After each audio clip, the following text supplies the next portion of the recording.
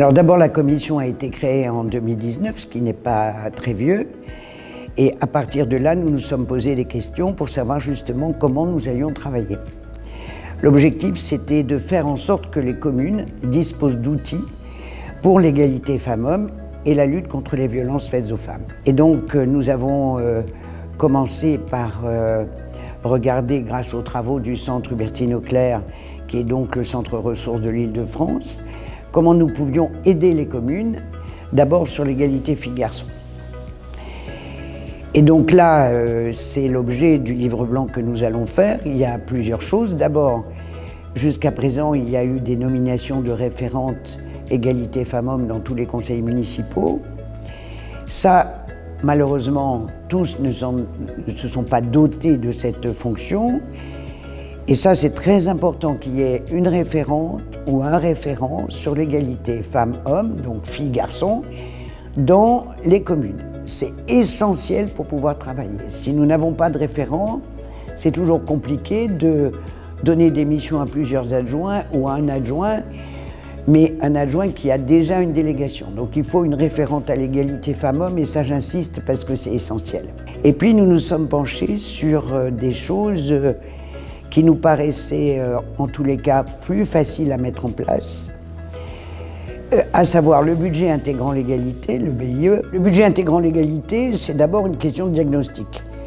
Donc le diagnostic doit être fait, soit par des marches exploratoires, mais surtout à regarder comment les budgets sont distribués par rapport aux genres filles, garçons.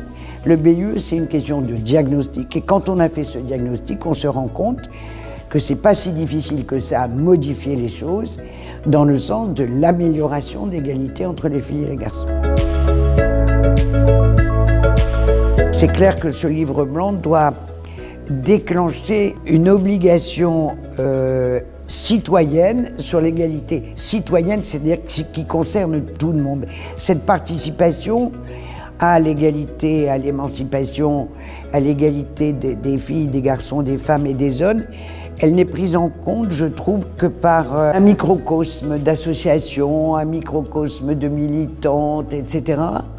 Et que les citoyens ne se sont pas encore complètement saisis de ce dossier.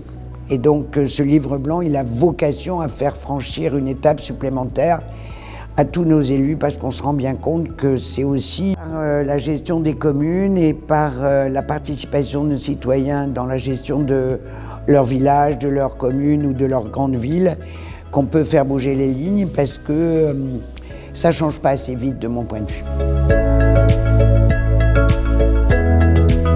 Les problématiques sur le milieu rural, c'est qu'une espèce d'encore d'omerta et de tabou dans le milieu rural sur les violences faites aux femmes. Alors évidemment, plus on est près de Paris, plus on en parle, mais plus on est loin de Paris, moins on en parle. Ça, c'est une évidence. C'est tellement plus difficile en milieu rural de lutter contre les violences sexistes et sexuelles, et ça, c'est un vrai souci dans le milieu rural. Dans mon village, nous sommes 2400 habitants. Il n'y a pas une femme victime de violences qui pousse la porte de la mairie. C'est pas possible. Elles ne sont pas protégées d'une confidentialité dont elles ont besoin. Ça, c'est extrêmement difficile. Même si elles ont la possibilité de se poindre par Internet, il n'y a pas toujours, tout le monde ne sait pas utiliser cet outil.